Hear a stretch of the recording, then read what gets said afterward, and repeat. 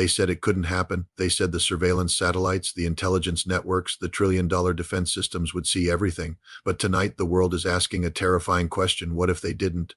What if, right now, as you're watching this, a massive shift in global power has already taken place behind closed doors, across borders, through shadows no one was watching closely enough, because reports unconfirmed, disputed, but spreading like wildfire are claiming that Iran may have quietly received not 10, not 50, but up to 500 intercontinental ballistic missiles from North Korea? 500? Let that number sink in for a second. That's not a weapons shipment. That's not a deal. That's a strategic earthquake.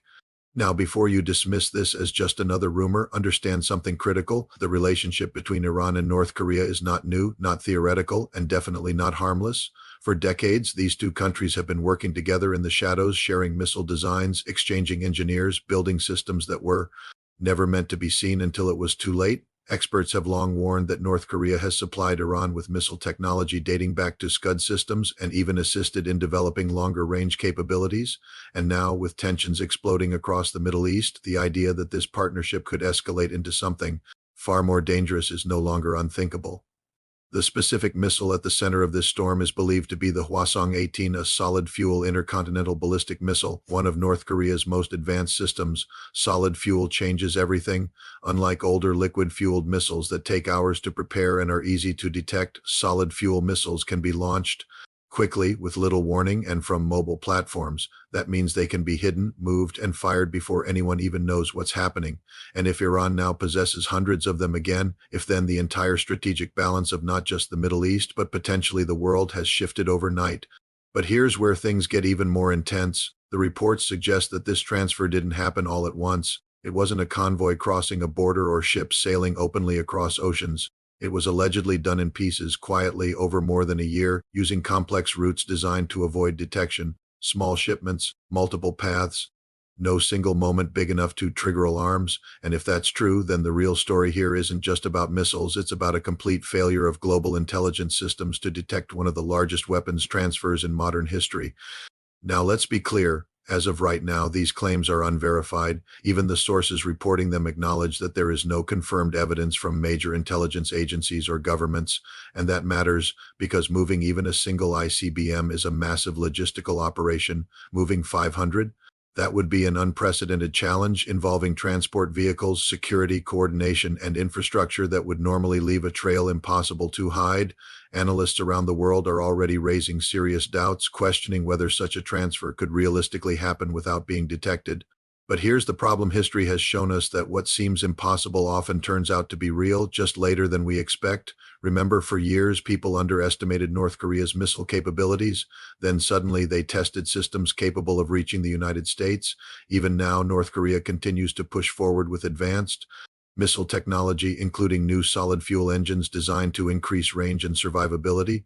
So the idea that they have the capability to produce large numbers of advanced missiles is not science fiction, it's already happening.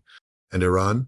Iran has built one of the largest and most sophisticated missile programs in the region, hidden deep underground, spread across massive networks of tunnels and fortified bases. Their missile infrastructure is designed to survive airstrikes and keep functioning even under attack. Some of these facilities are buried hundreds of meters beneath mountains, connected by rail systems, stocked with weapons ready to launch at a moment's notice. This isn't a country starting from scratch. This is a country that has spent decades preparing for exactly this kind of escalation. So now imagine combining those two realities: North Korea's advanced missile technology, Iran's vast underground launch network. If those two systems have been linked on a massive scale, then what we're looking at isn't just a regional threat, it's a global one, because intercontinental ballistic missiles are not designed for short-range conflicts. They are designed to cross continents, to reach targets thousands of kilometers away, to carry payloads that can change the course of history in minutes.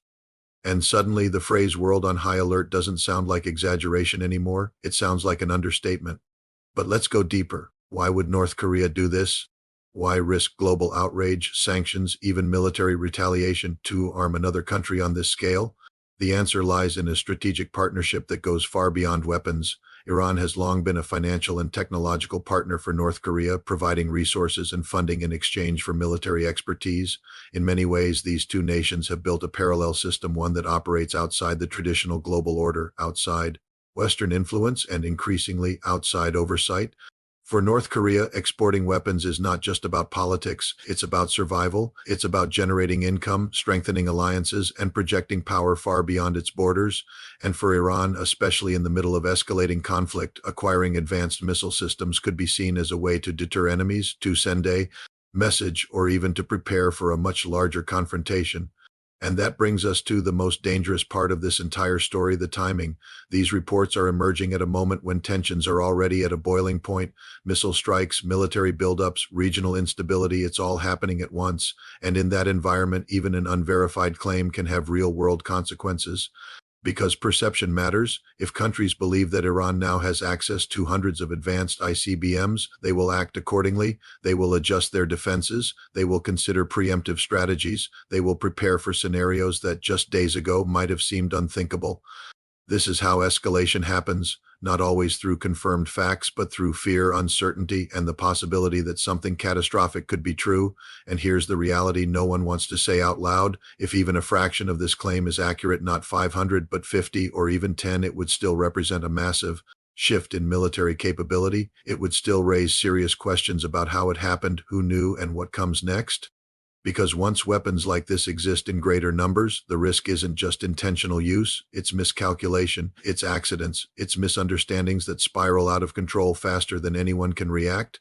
Intercontinental ballistic missiles are not conventional weapons, they operate on timelines measured in minutes. Once launched, there is no turning back, no negotiation, no second chance. So where does that leave us right now? In a moment of uncertainty, in a moment where information is incomplete, but the implications are enormous. Governments are watching, intelligence agencies are analyzing, experts are debating, and the rest of the world is waiting to find out whether this is one of the biggest intelligence failures in history or one of the most dangerous rumors ever to spread during a time of global tension. Because if it's real, everything changes, and if it's not, the fact that it's even believable tells you just how close we already are to the edge, and that might be the most chilling part of all.